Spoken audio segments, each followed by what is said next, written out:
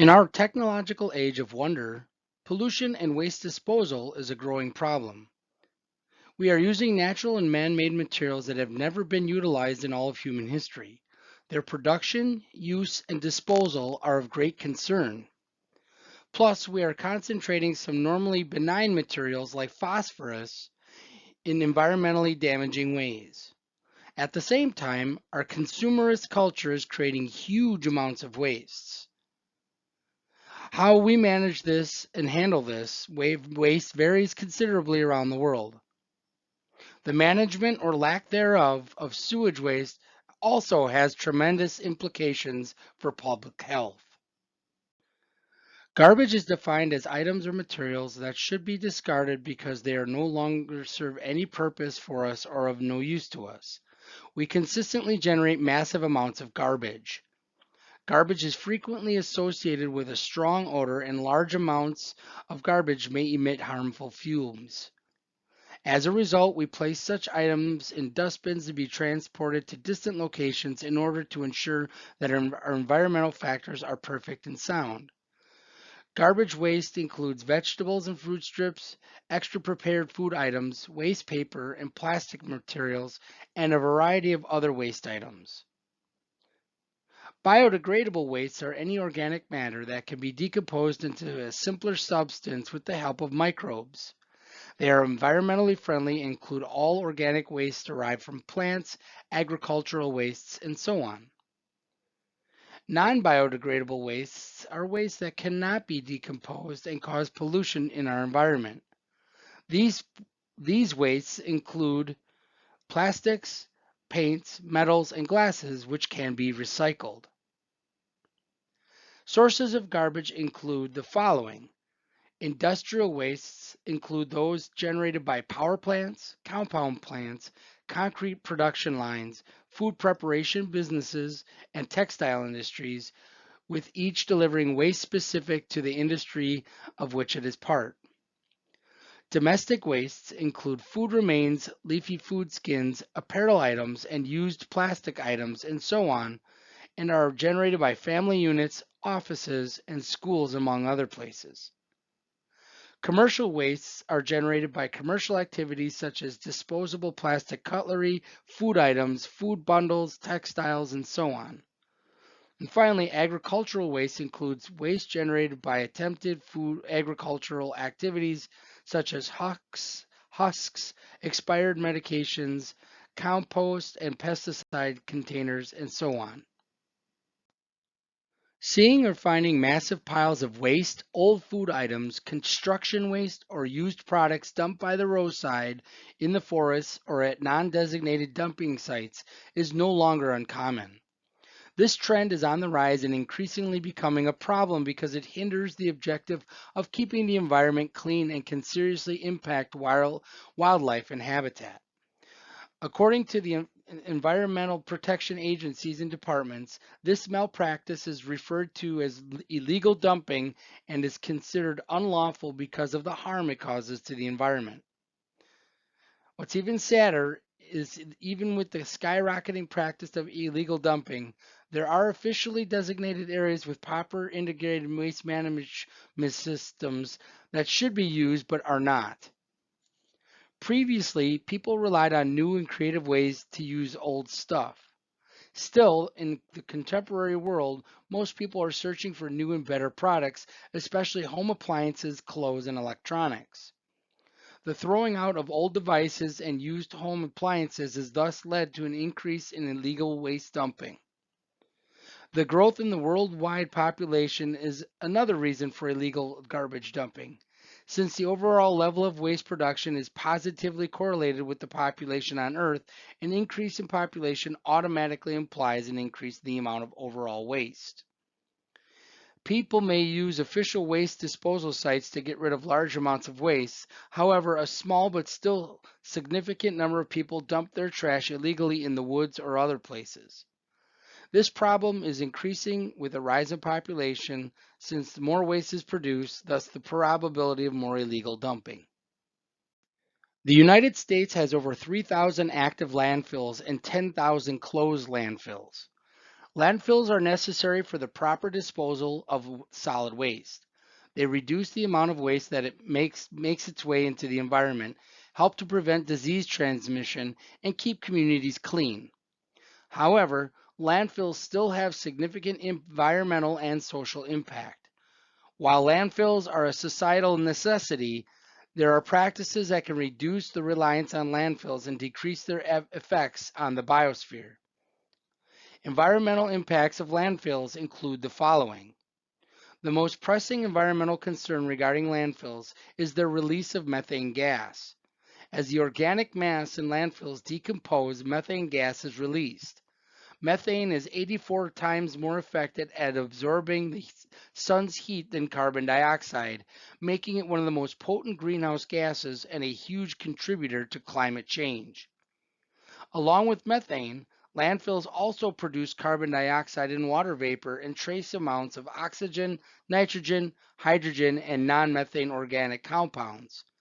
These gases also can contribute to climate change and create smog if left uncontrolled. The creation of landfills typically means destroying natural habitats for wildlife. The average landfill size is 600 acres. With over 3,000 active landfills in the United States, as much as 1.8 million acres of habitat have been lost. While landfills are required to have plastic or clay lining by federal regulation, these liners tend to have leaks. This can result in leachate, a liquid produced by landfill sites contaminating nearby water sources, further damaging ecosystems. Leachate can contain high levels of ammonia. When ammonia makes its way into ecosystems, it is nitrified to produce nitrate. This nitrate can cause eutrophication or lack of oxygen due to increased growth of plant life in nearby water sources. Eutrophication creates dead zones where animals cannot survive due to lack of oxygen. Along with ammonia, leachate contains toxins such as mercury due to the presence of hazardous materials in landfills. Incineration is the process of burning hazardous materials at temperatures high enough to destroy contaminants. Incineration is conducted in an incinerator, which is a type of furnace designed for burning hazardous materials in a combustion chamber. Many different types of hazardous materials can be treated by incineration, including soil, sludge, liquids, and gases. Although it destroys many kinds of harmful chemicals such as solvents, PCBs or polychlorinated biphenyls, and pesticides, incineration does not destroy metals such as lead and chromium. Hazardous materials must be excavated or pumped into containers before incineration.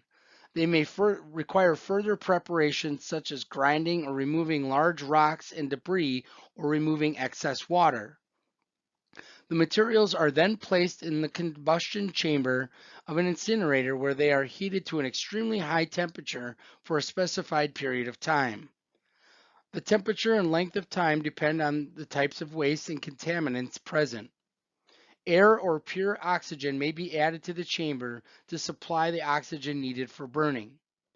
As the waste heats up, the contaminants volatilize or they change into gases, and most are destroyed.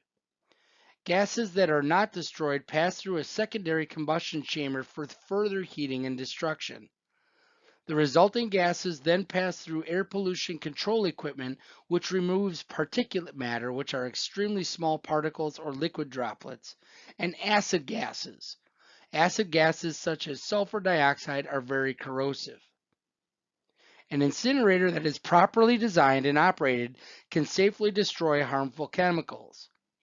Proper temperatures must be maintained for complete incineration, and air pollution control equipment must be monitored to ensure all contaminants are removed from off gases.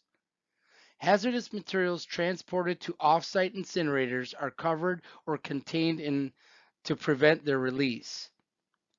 Incineration can destroy a wide range of highly contaminated waste and greatly reduce the amount of material that must be disposed of in a landfill. For small contaminated areas, excavation and transport to an offsite incinerator can be a quick cleanup approach. A faster cleanup may be important when a site must be cleaned up quickly to prevent immediate harm to people and the environment. Although incinerators require a lot of fuel for their operation, the heat generated sometimes can be used to generate electric power in a process called waste to energy, which we will cover later in this chapter.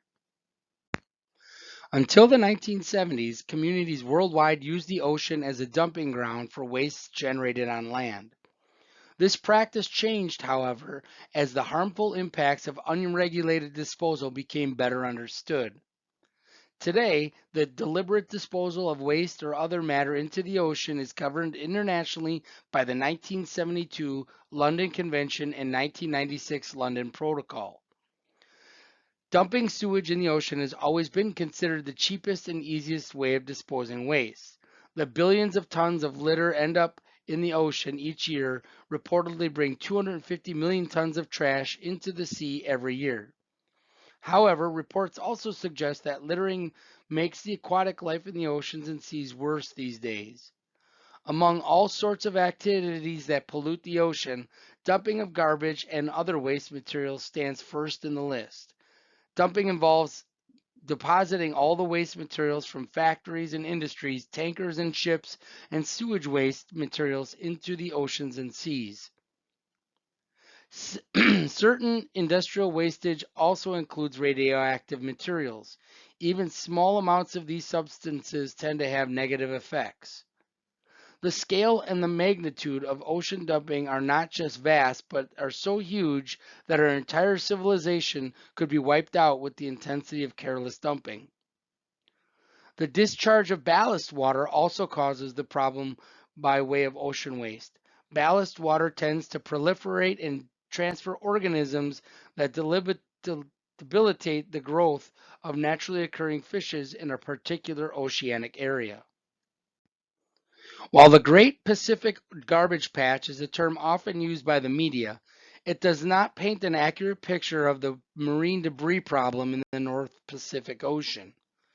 Marine debris concentrates in various regions of the North Pacific, not in just one area. The exact size, content, and location of garbage patches are difficult to accurately predict.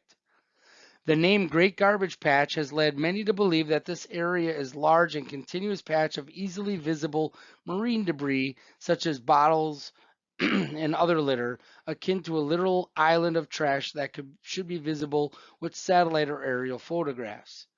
This is not the case. While higher concentrations of litter items can be found in this area, much of the debris is actually small pieces of floating plastic that are not immediately evident to the naked eye. Ocean debris is continuously mixed by the wind and wave action and wildly dispersed over huge surface areas and throughout the top portion of the water column. It is possible to sail through garbage patch areas in the Pacific and see very little or no debris in the water surface. It is also difficult to estimate the size of these patches because the borders and content can constantly change with the ocean currents and winds.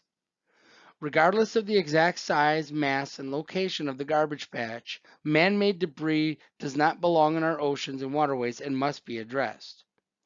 Debris found in any region of the ocean can easily be ingested by marine species, causing choking, starvation, and other impairments. What is the difference between composting and recycling? The main difference between these two disposal methods is that composting is for organic matter and other recycling is for paper, glass, and plastics. Composting is the natural breakdown of organic matter over time. Fungi, bacteria, insects, worms, and other organisms break down organic waste to produce nutrient-rich compost. For centuries, we have been able to harness nature's power by managing this decomposition process in a controlled conditions and dedicated spaces, from small home compost bins to large industrial composting facilities. Recycling of paper, glass, and plastics, on the other hand, is not a natural process like composting and requires knowledge and vigilance both as a consumer and a manufacturer. Recycling involves separating waste and processing it mechanically or chemically in order to make the materials ready for reuse into new products. While recycling is an important step towards achieving a circular economy, depending on the processes involved and the nature of the waste, recycling can be energy intensive or produce byproduct chemicals as well. Simply defined, a hazardous waste is a waste with properties that make it dangerous or capable of having harmful effect on human health or the environment. Hazardous waste is generated from many sources, ranging from industrial manufacturing process wastes to batteries, and may come in many forms, including liquids, solids, gases, and sludges. The EPA developed a regulatory definition and process that identifies specific substances known to be hazardous and provides objective criteria for including other materials in the regulated hazardous waste universe. Worldwide, it is estimated that 400 million tons of hazardous wastes are produced universally each year, mostly by industrialized countries.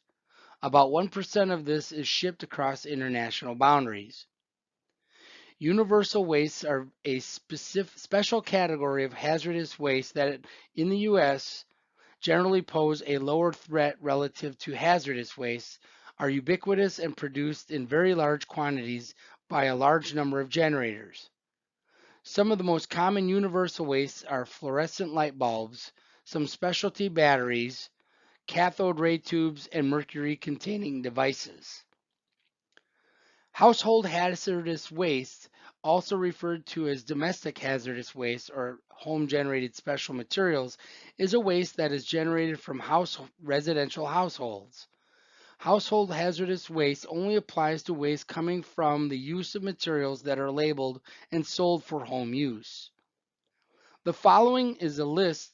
The following list includes categories often applied to household hazardous waste. It is important to note that many of these categories overlap and that many household waste can fall into multiple categories. Here are the categories: paints and solvents, automotive waste such as used motor oil, antifreeze, etc., pesticides, mercury containing waste such as thermometers, switches, fluorescent lighting, electronics such as computers, televisions, and cell phones, aerosols or propane cylinders, caustics including cleaning agents, refrigerant containing appliances, some specialty batteries such as lithium, nickel cadmium, or button cell batteries, ammunition, asbestos, car batteries, radioactive waste, some from home smoke detectors are classified as radioactive waste because they contain very small amounts of radioactive americanium. And finally, smoke from chimneys. Over 15 million people are confirmed to live and work in garbage dump communities worldwide, though this is expected to be a gross underestimate. This number is also on the rise. Garbage dump communities are, most simply put, the communities that rely on the world's garbage dumps to survive by either working or living within them. Families that work with specifically make their living as recyclers or pickers, combing through the garbage by hand and finding items to sell or keep. Those who live here have to be incredibly resilient because this way of life does not pay well. Nearly all garbage dump community members live on less than $2 a day, putting them below the United Nations line of extreme poverty. Living in garbage dump communities also has extreme adverse effects on both physical and mental health, combined with extremely high barriers to access for healthcare, education, proper food and shelter, and employment opportunities outside the garbage dump. Garbage dumps are incredibly dangerous places to live and work, with dangers that we don't think about in our day-to-day lives. The minority of deaths in garbage dumps are natural. Causes of danger and death include the following: methane gas buildup causing spontaneous combustion, getting swallowed into garbage landslides and suffocating, illness from contaminated food and water, toxic air, and lack of sanitation, serious or gangrenous injury from glass or shrapnel, being run over by garbage trucks or crushed by contents, disease and disability caused by medical waste dumping, gang violence and blackmail based on region, and finally, trauma and mental illness related to severity of conditions. In this section, we will look at policy solutions for managing and reducing waste. These include sanitary landfills, incineration, recycling, composting, what to do with the tons of plastics generated, and how these policies affect regions where poverty is the norm. Sanitary landfills are sites where waste is isolated from the environment until it is safe. In high-income countries, the level of isolation achieved may be high. However, such an expensive high level of isolation may not technically be necessary to protect public health. Four basic conditions should be met before a site can be regarded as sanitary landfill. The ways of doing this should be adapted to local conditions. The immediate goal is to meet, to the best extent possible, the four basic landfill conditions with long-term goals to meet them eventually in full.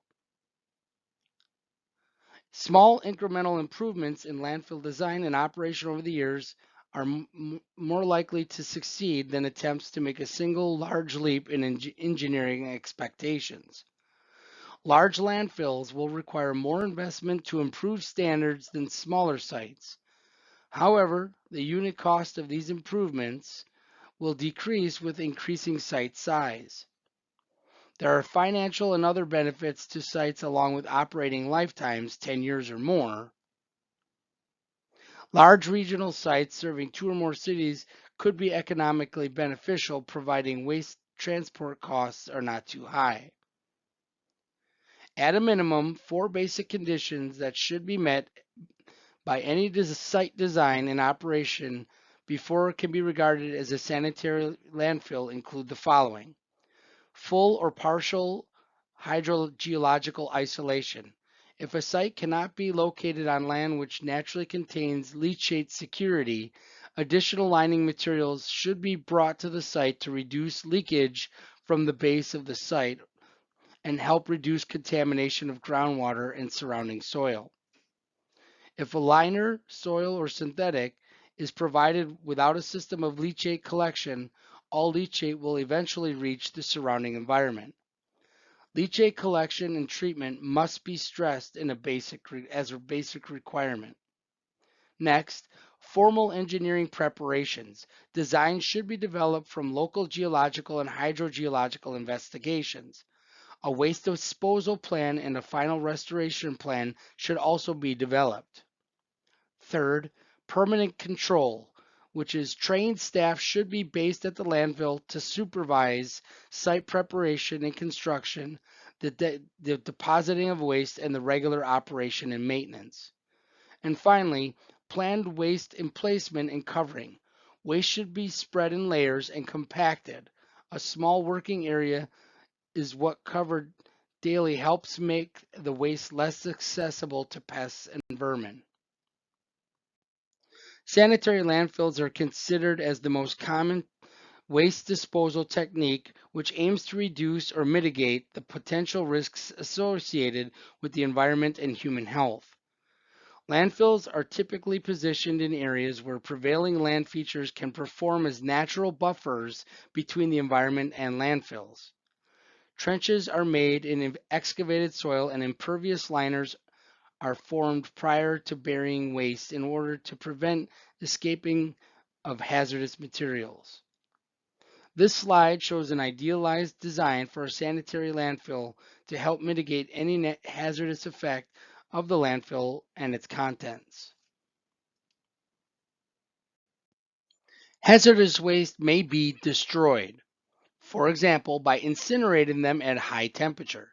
Flammable wastes can sometimes be burned as energy sources.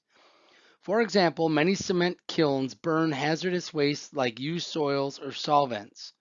Today, incineration treatments not only reduce the amount of hazardous waste, but also generate energy from the gases released in the process. It is known that this particular waste treatment releases toxic gases produced by the combustion of byproduct or other materials which can affect the environment. However, current technology been developed has developed more efficient incinerator units that control these emissions to a point where this treatment is considered a more beneficial option. There are different types of incinerators which may vary depending on the characteristics of the waste. Starved air incineration is another method used to treat hazardous waste.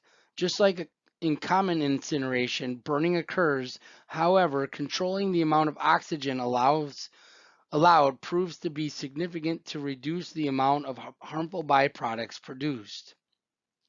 Starved air incineration is an improvement over the traditional incinerators in terms of air pollution. Using this technology, it is possible to control the combustion rate of the waste and therefore reduce the air pollutants produced in the process. Regardless of what is being burned, such as mixed municipal solid waste, plastic, or outputs from chemical recycling, waste incineration creates and or releases harmful chemicals and pollutants including air pollutants such as particulate matter, which can cause lung and heart diseases, heavy metals such as lead and mercury, which cause neurological diseases, toxic chemicals such as PFAS and dioxins, which cause cancer and other health problems. These chemicals and pollutants enter the air, water, and food supply near incinerators and get into people's bodies where they breathe, drink, and eat contaminants. Studies find that proximity to waste incinerators may increase risk of cancers, birth defects, and other adverse health impacts. Often, low income and communities of color bear the brunt of this toxic burden, with 80% of the U.S. municipal solid waste incinerators situated in communities where more than 25% identify as minority, living below the federal poverty rate or both. While the recycling process often differs by commodity and locality, there are essentially three main steps: collection, processing, and remanufacturing into a new product.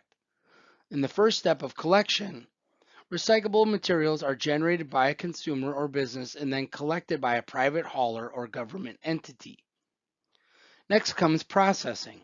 The materials are transported by the collector to a processing facility, such as a materials recovery facility or paper processor.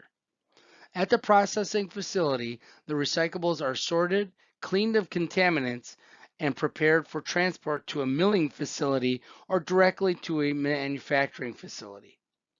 Some commodities may require more processing for additional sorting and contamination.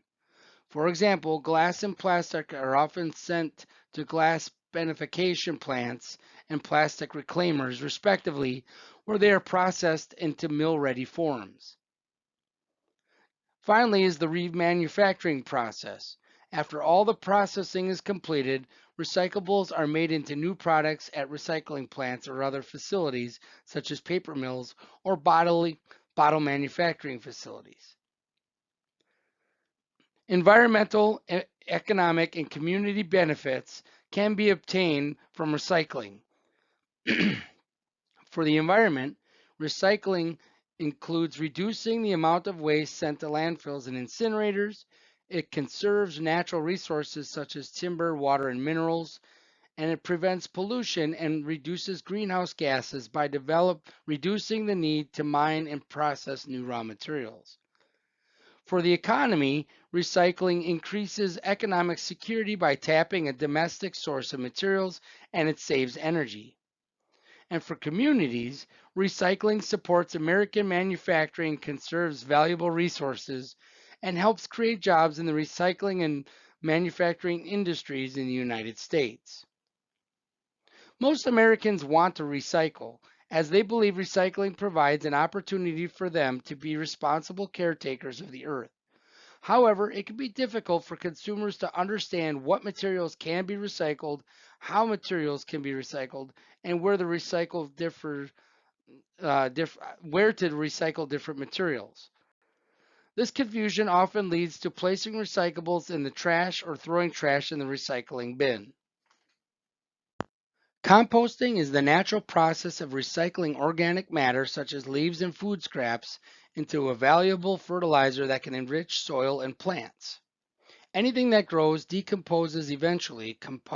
Composting simply speeds up the process by providing an ideal environment for bacteria, fungi, and other decomposing organisms such as worms, sow bugs, and nematodes to do their work. The resulting decomposed matter, which often ends up looking like fertile garden soil, is called compost. Fondly referred to by farmers as black gold, compost is rich in nutrients and can be used for gardening, horticulture, and agriculture. Organic discards can be processed in industrial scale composting facilities, in smaller scale community compost systems, and in anaerobic digesters, among other options. The benefits of composting include reducing the waste stream. Composting is a great way to recycle the organic waste we generate at home. Food scraps and garden waste combined make up more than 28% of what we throw away. Not only is food waste a significant burden on the environment, but processing is costly. The average cost to landfill municipal solid waste in the United States was around $55 per ton in 2019. With the United States generating more than 260 million tons of municipal waste in 2017 and sending two-thirds of that to landfills and incinerators, we spent billions of dollars on waste management. Composting at home allows us to divert some of that waste from landfills and turn it into something practical for our yards. Another benefit of composting is it cuts methane emissions from landfills.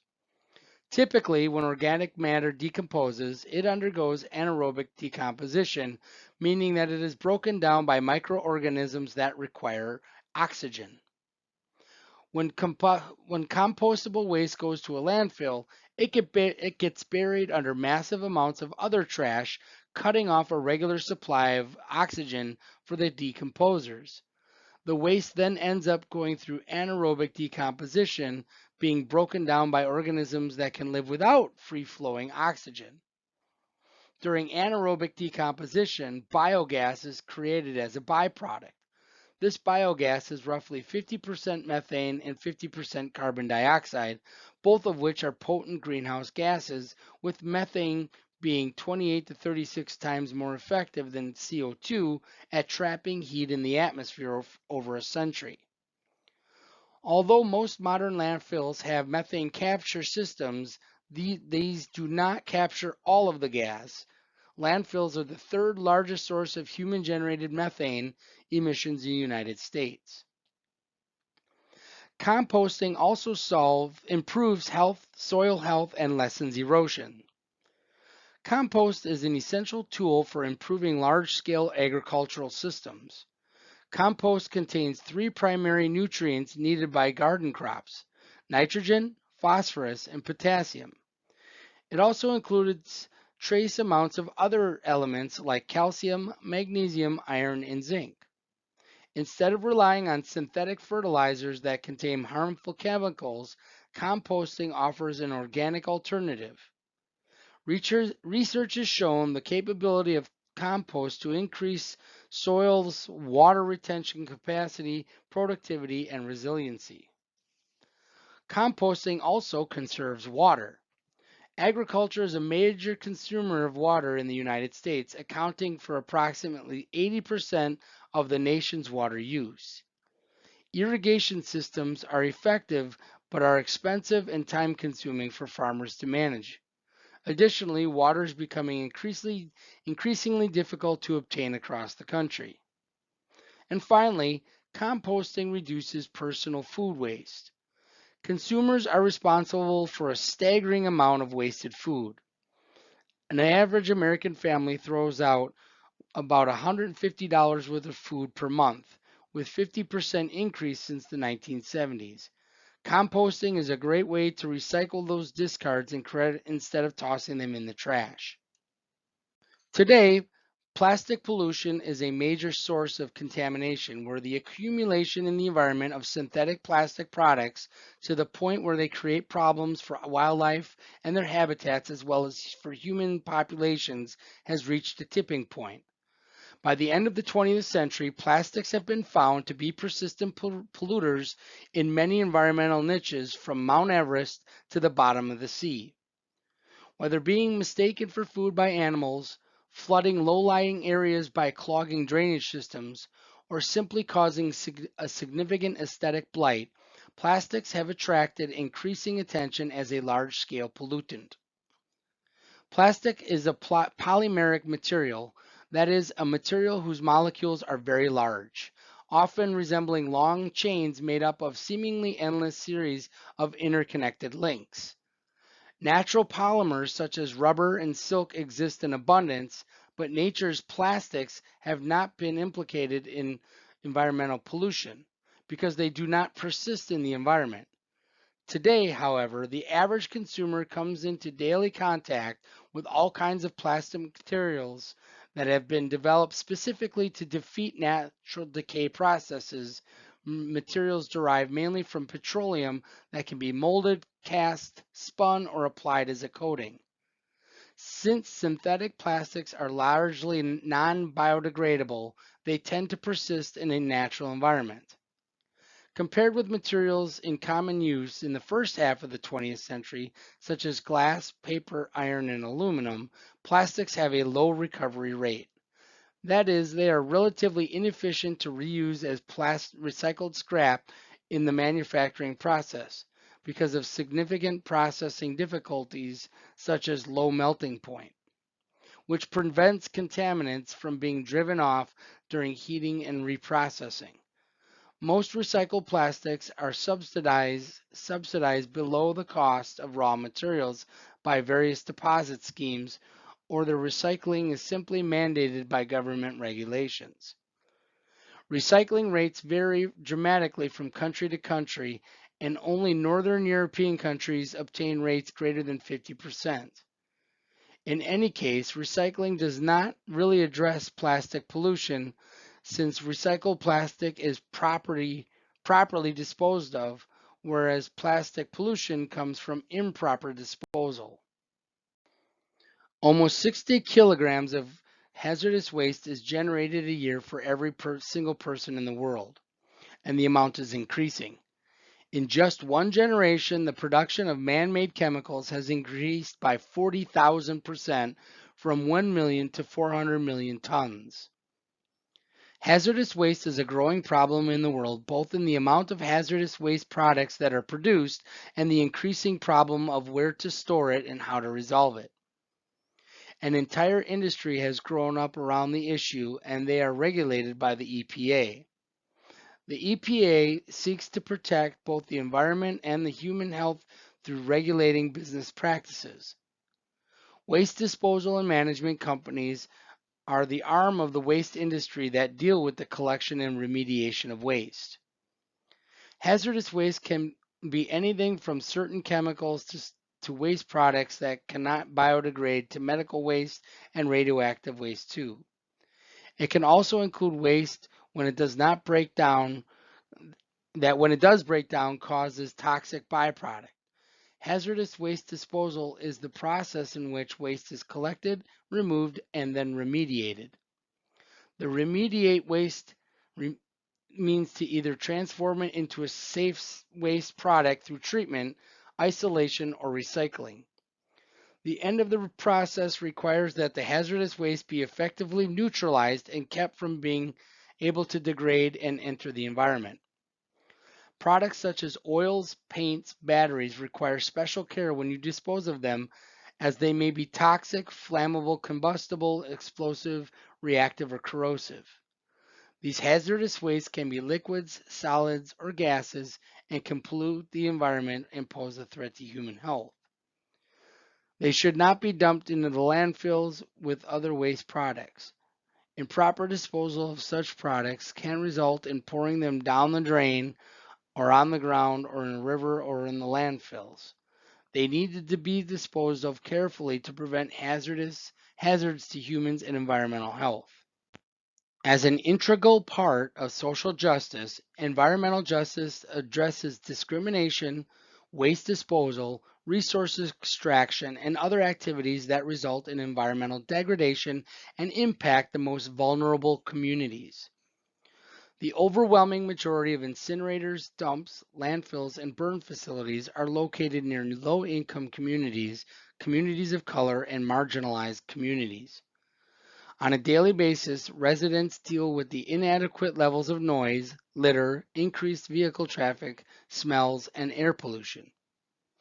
Emissions from incinerators lead to health related issues due to overexposure to particles and dangerous pollutants, which also increase the risk of cardiac and respiratory disease, having the most impact on children and the elderly. In some countries, waste pickers are the only form of solid waste collection, providing countless benefits such as high recycling rates, public health and safety, and environmental sustainability. Yet waste pickers continue to be highly unprotected, working in unsafe and unhealthy conditions. The global waste trade sharpens environmental inequality, hierarchy, and exploitation along the lines of class and race on a global scale because the ones who suffer the negative impacts are the vulnerable communities who didn't produce the waste. The changing demographics of urban areas, loose permitting requirements, and exclusionary zoning laws have funneled racial and ethnic minorities into areas with greater degree of environmental degradation and reduced support. Residents of environmentally degraded areas do not or cannot move because of the lack of financial resources, ownership of current land, and a sense of place. Negative environmental factors can compound social and economic conditions and lead to higher levels of chronic health problems such as asthma, diabetes, and hypertension for minorities and low income communities. Due to longstanding inequalities in living, working health, and social conditions, minorities in the United States are 3 times more likely to be hospitalized from COVID than non Hispanic white persons. In this section, we take a look at applied solutions for the global garbage problem. This includes new technologies for waste treatment, waste to energy, plastics, reducing packaging and disposable products, and the circular economy. According to the Environmental Protection Agency, roughly 75% of waste stream in the United States is recyclable, but only about 30% of recyclable materials actually get recycled. Considering humans produce just over 2 billion tons of waste each year, that's a lot of unnecessary trash ending up in the world's landfills and waterways. The first step towards creating efficient, sustainable waste management systems is learning why our current ones aren't working. The following technologies combine the Internet of Things, data analytics with modern solutions to help identify challenges and improve as they go. Here are 8 innovative technologies revolutionizing waste management. The first is smart waste bins. When left to their own devices, people don't always bother to sort their waste into proper waste or recycling bins. To help reduce improper recycling sorting, Polish company Bin.e designed a smart waste bin that uses artificial intelligence based on object recognition to automatically sort recyclables into separate compartments. After sorting, the machine compresses the waste and monitors how full each bin is. Smart waste bins take human error out of the initial sorting process, making material processing faster and easier for recycling facilities. This can lower waste management costs by as much as 80% and drastically improve employee efficiency. The next is waste level sensors. Homes and businesses across the country rely on routine waste collection services to dispose of their trash. Weekly services have been around for decades, but they aren't always the most efficient option. To help minimize unnecessary trips to and from landfills, companies and communities can install waste level sensors in bins or dumpsters of any size. These devices collect and store data on fill levels, allowing collection services to predict how often bins need to be emptied. This also prevents public containers from overflowing and contaminating the surrounding area. Artificial intelligence recycling robots.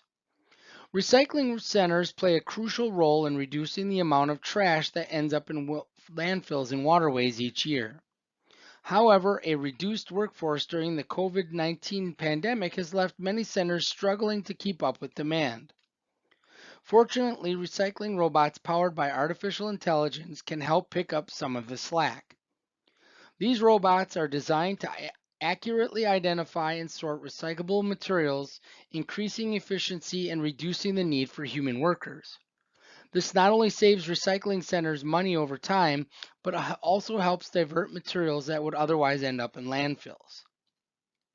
Next is garbage truck weighing mechanisms. Like waste level sensors, weighing mechanisms installed in garbage trucks can help predict fill levels and reduce collection trips. They do this by measuring and storing the weight of waste containers, then using the data to predict fill levels over time. Cities can use this technology to more accurately predict how often they need to send trucks out and reduce annual collection costs. Pneumatic waste pipes. As populations grow in urban areas, so does the need for waste management solutions that can accommodate increasing amounts of trash. Some cities are taking this challenge by installing pneumatic waste disposal bins that connect a series of underground pipes. Trash travels through the pipes to a waste collection plant where it can be sorted or hauled away. This system eliminates the need for traditional waste collection, reduces energy costs, and increases overall efficiency. Solar-powered trash compactors. In an effort to increase collection efficiency and reduce trips to and from the dump, manufacturers eCube Labs have created a solar-powered trash compactor that can hold up to 5 times more than traditional trash bins. These machines compress trash as it accumulates to increase bin capacity, and they collect and transmit data on fill and collection times to help streamline the collection process. E-waste kiosks.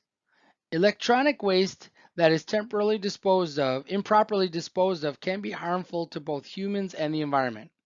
Fortunately, many companies and organizations have started e-waste recycling programs that will accept and even reimburse you for old electronic devices.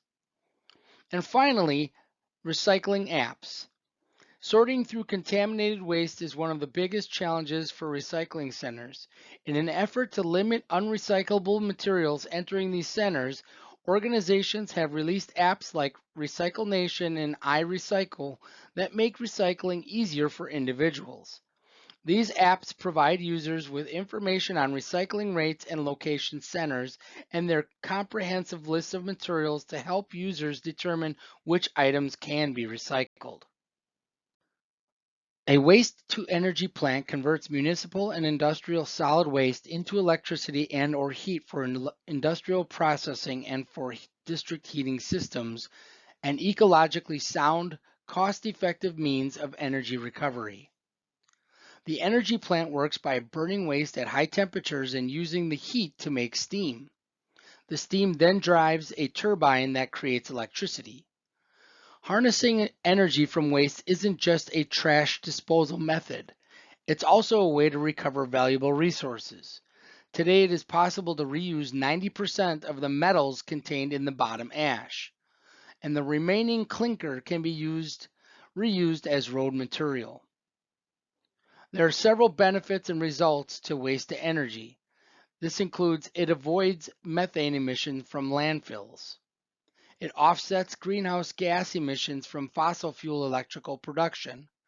It recovers and recycles valuable resources such as metals, produces clean, reliable base loaded energy and steam, uses less land per megawatt than other renewable energy resources. It's sustainable and steady renewable fuel source compared to wind and solar. It destroys chemical waste, results in low emission levels, typically well below permitted levels, and destroys the dangerous nitrous oxides, dioxides, and furans that can cause air pollution. Waste to energy is one of the most robust and effective alternative energy options to reduce carbon dioxide emissions and replace fossil fuels. Approximately two-thirds of household waste is categorized as biomass. Therefore, we can recover two-thirds as carbon dioxide neutral energy and reduce our dependence on fossil fuels. In Europe, 50 million tons of waste is converted into valuable energy through energy for waste technology, supplying 27 million Europeans with electricity. Still, 50% of municipal solid waste becomes landfill. This releases greenhouse gases like methane. The need to move from plastics made from fossil fuels is greater than ever with the increasing amount of plastics being generated and disposed of in our landfills and oceans. There are a number of bioplastics being developed that would reduce our need for plastics by nearly 42%. One being developed is made of casein, the principal protein found in milk, and are biodegradable. Others are made from starches from corn and potatoes. Several potential bacterial sources of plastic are being developed which are renewable and completely biodegradable. Packaging accounts for nearly a third of municipal solid waste in the United States, according to the US EPA. Items including cardboard boxes, fiberboard, all types of plastics, metal and glass containers, and foam perform the key functions of protecting products and providing information for buyers, but are often discarded after a limited time. Some packaging items, especially foodware such as cups, lids, straws, utensils, takeout containers, and bags, often end up as litter where they pollute marine environments and persist in the environment and in living organisms for much longer than they are in use. Introducing a few simple practices into your lifestyle will improve your packaging footprint and might even save you some money. Tips for reducing packaging waste include carry your own reusable bag, water bottle, coffee cup, straw, and utensils. Buy in bulk. This will save you money on top of reducing packaging waste. Buy loose products such as fruits and vegetables instead of prepackaged packs. When comparing similar items from two brands, choose the one with less packaging. Reuse packaging products like paper and plastic bags, tins, and wrapping paper whenever possible. And finally, find alternatives to buying a new product. Craigslist, Nextdoor, Facebook Marketplace offer plenty of used goods in your neighborhood, and you can also check FreeCycle to see if the item is available for free from your neighbor. The linear economy, sometimes referred to as the take, make, waste economy, is a system where resources are extracted to make products that eventually end up as waste and are thrown away. Products and materials are generally not used to their full potential in a linear economy as the name suggests, move always in one direction from raw material to waste. It is a polluting system that degrades natural systems and is the driver of global challenges, including climate change and biodiversity loss. The Industrial Revolution laid the framework for this linear economy, and it has brought many benefits. For the first time, goods were able to be mass produced. It seemed as though raw materials and energy were effectively infinite, and on the back of this economic transformation, industrialized countries became societies of abundance, the world's population soared, and many millions were pulled out of poverty. A circular economy is fundamentally different from a linear economy. To put it simply, a linear economy, we might mine raw materials that we process into a product that is then thrown away after use. In a circular economy, we close the cycles of all these raw materials. Closing these cycles requires much more than recycling. It changes the way in which value is created and preserved, how production is made more sustainable, and which business models are used. A circular economy follows the 3R approach: reduce, reuse, and recycle. Resource use is minimized, which is reduce. Reuse of products and parts is maximized. And last but not least, raw materials are reused or recycled to a high standard. This can be done by using goods with more people, such as shared cars. Products can also be converted into services, such as Spotify sells listening licenses instead of CDs. In this system, value is created by focusing on value preservation. In a world where more than 10% of the global population faces hunger and malnutrition, a third of all food produced is thrown away every year. Food waste not only threatens food security and economies, but creates huge impacts for the environment. Not to mention, it is a significant contributor to global greenhouse gas emissions, thus exacerbating climate change. There are many ways in tackling food waste, from reducing food loss throughout the supply chain to educating consumers when and when not to discard food. Households in particular can help reduce food loss by taking up composting practices. Food waste describes food that is intended for human consumption that is wasted and consciously thrown away by a consumer. While food waste can occur throughout the supply chain, such as food being lost in farming and transportation stages, it most likely takes in households, restaurants, and supermarkets. Produce, for example, are often thrown out because they don't meet certain aesthetic standards.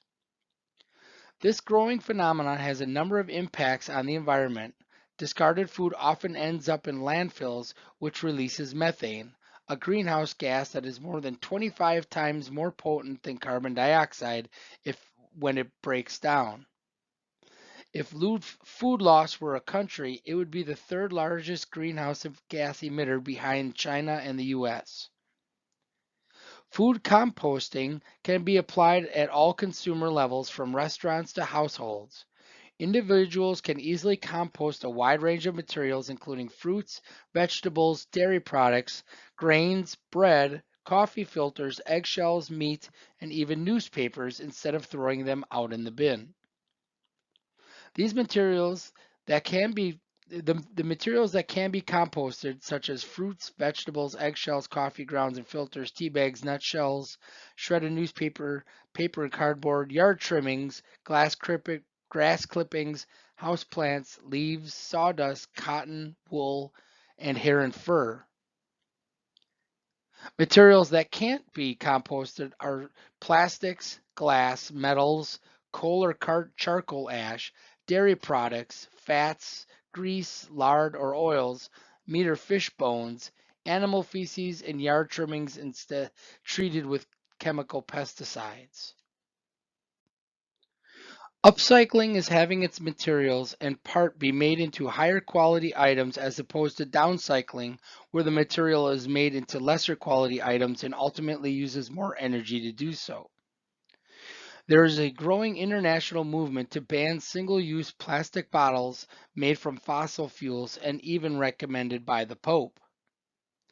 Zero waste is a concept of changing our behavior and redesigning our systems and resource uses so that all products or their components are reused, resulting in no waste being sent to landfills and incinerators. The only way to achieve zero waste is by having the commitment from individuals, industry, and government. The Clean Air Act is the law that defines EPA's responsibilities for protecting and improving the nation's air quality and the stratospheric ozone layer. The last major change in the law, the Clean Air Act amendments of 1990, was enacted by Congress in 1990. Legislation passed since then has made several minor changes. The act consists of 6 parts, each called titles. Title 1 defines the programs and activities associated with air pollution that the EPA is required to regulate.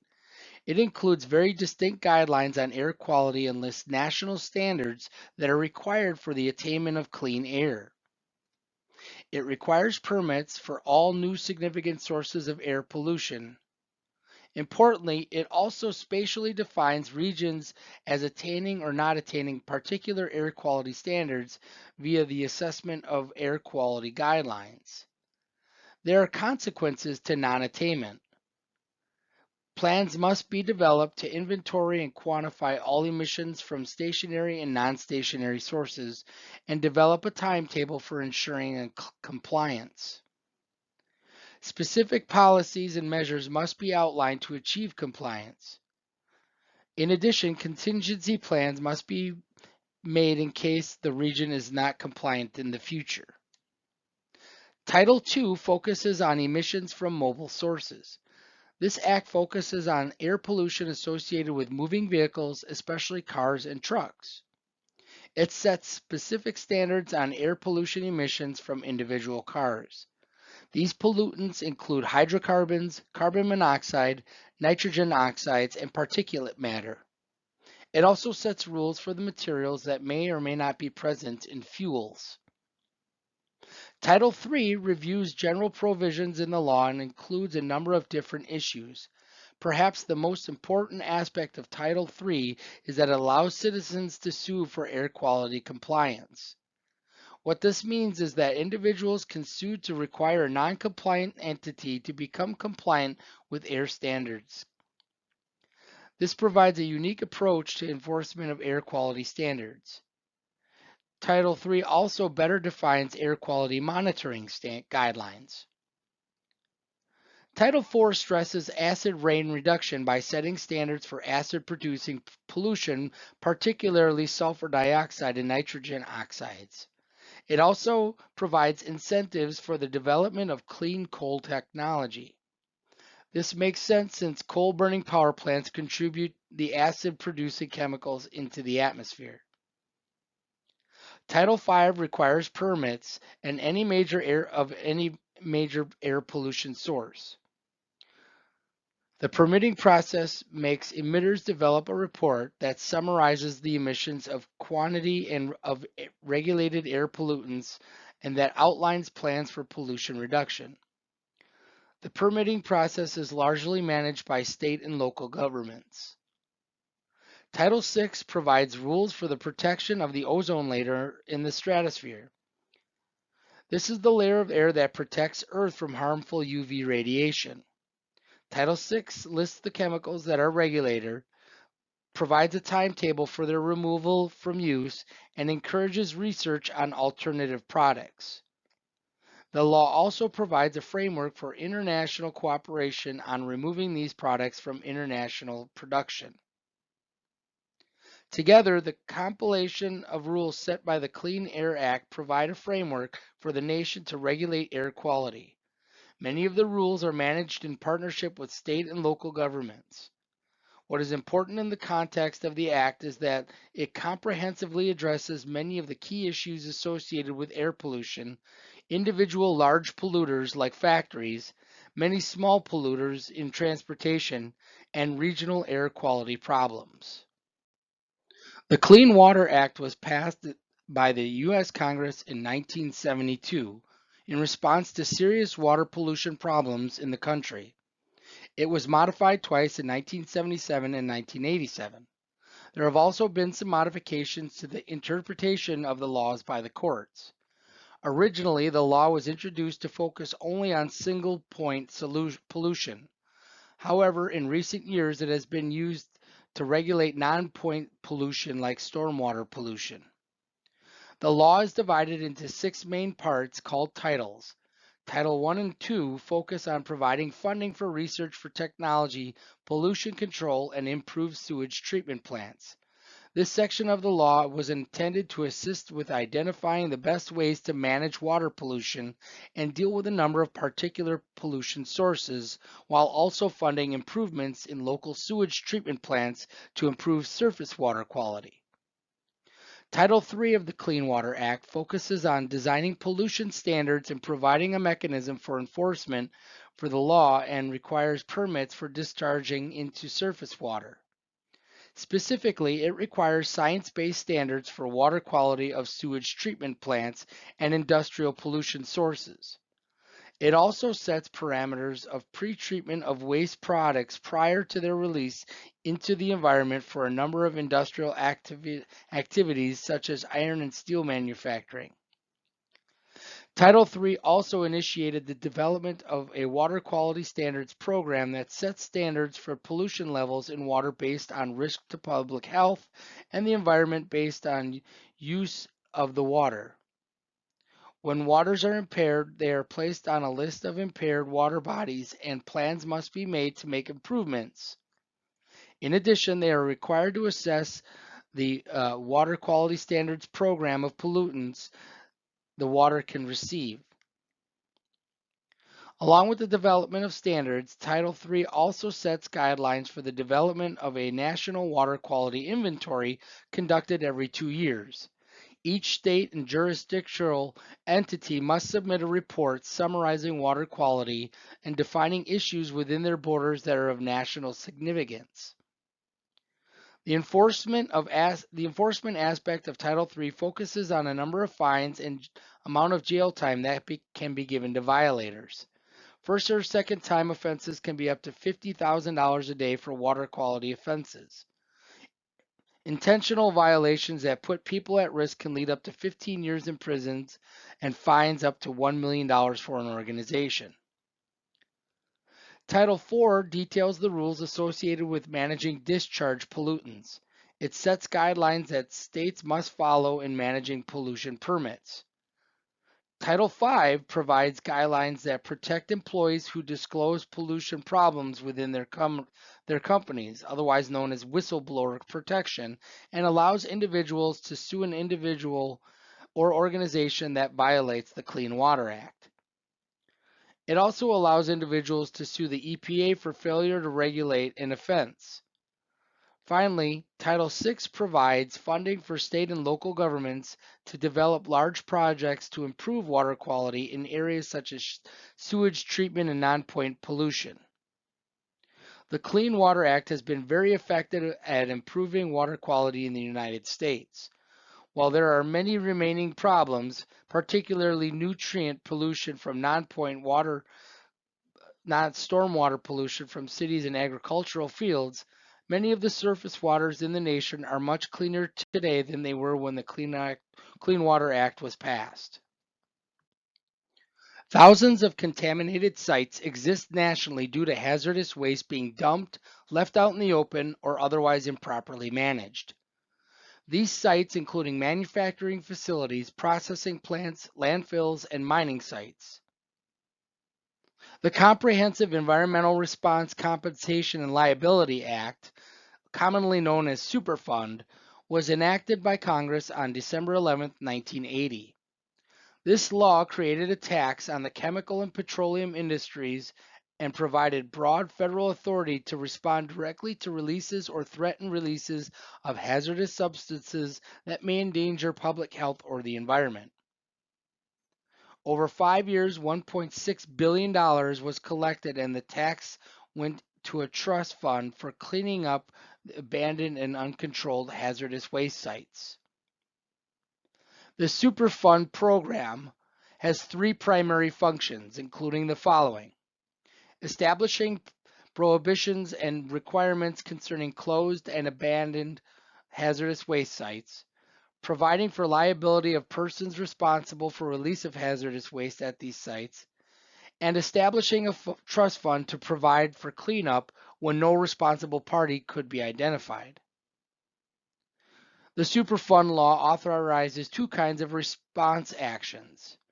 First is short-term removals, where actions may be taken to address release or threaten releases requiring prompt response, and long-term remedial response actions that permanently and significantly reduce the dangers associated with releases or threats of releases of hazardous substances that are serious but not immediately life-threatening. These actions can be conducted only at sites listed on EPA's National Priorities List. We consider wastewater treatment as a water use because it is so interconnected with the other uses of water. Much of the water used by homes, industries, and businesses must be treated before it is released back into the environment. If the term wastewater treatment is confusing to you, you might think of it as sewage treatment. Nature has an amazing ability to cope with small amounts of water waste and pollution, but it would be overwhelmed if we didn't treat the billions of gallons of wastewater and sewage produced every day before releasing it back to the environment. Treatment plants reduce pollutants in wastewater to a level nature can handle. Wastewater also includes storm runoff. Although some people assume that the rain that runs down the street during a storm is fairly clean, it isn't. Harmful substances that wash off roads, parking lots, and rooftops can harm our rivers and lakes. If wastewater is not properly treated, then the environment and human health can be negatively impacted. These impacts can include harm to fish and wildlife populations, oxygen depletion, beach closures, and other restrictions on recreational water use, restrictions on fish and shellfish harvesting, and contamination of drinking water. Examples of pollutants that can be found in wastewater and the potentially harmful effects of these substances can have on ecosystems and human health include the following. Decaying organic matter and debris can use up the dissolved oxygen in a lake so fish and other aquatic biota cannot survive. Excessive nutrients such as phosphorus and nitrogen, including ammonia, can cause eutrophication over fertilization of receiving waters, which can be toxic to aquatic organisms, promote excessive plant growth, reduce available oxygen, harming spawning grounds, alter habitat, and lead to a decline in certain species. Chlorine compounds and inorganic chloramines can be toxic to aquatic invertebrates such as algae and fish. Bacteria, viruses, and disease-causing pathogens can pollute beaches and contaminate shellfish populations, leading to restrictions on human recreation, drinking water consumption, and shellfish consumption. Metals such as mercury, lead, cadmium, chromium, and arsenic can have an acute and chronic toxic effect on species. Other substances such as pharmaceutical and personal care products, primarily entering the environment in wastewater effluents, may also pose threats to human health, aquatic life, and wildlife.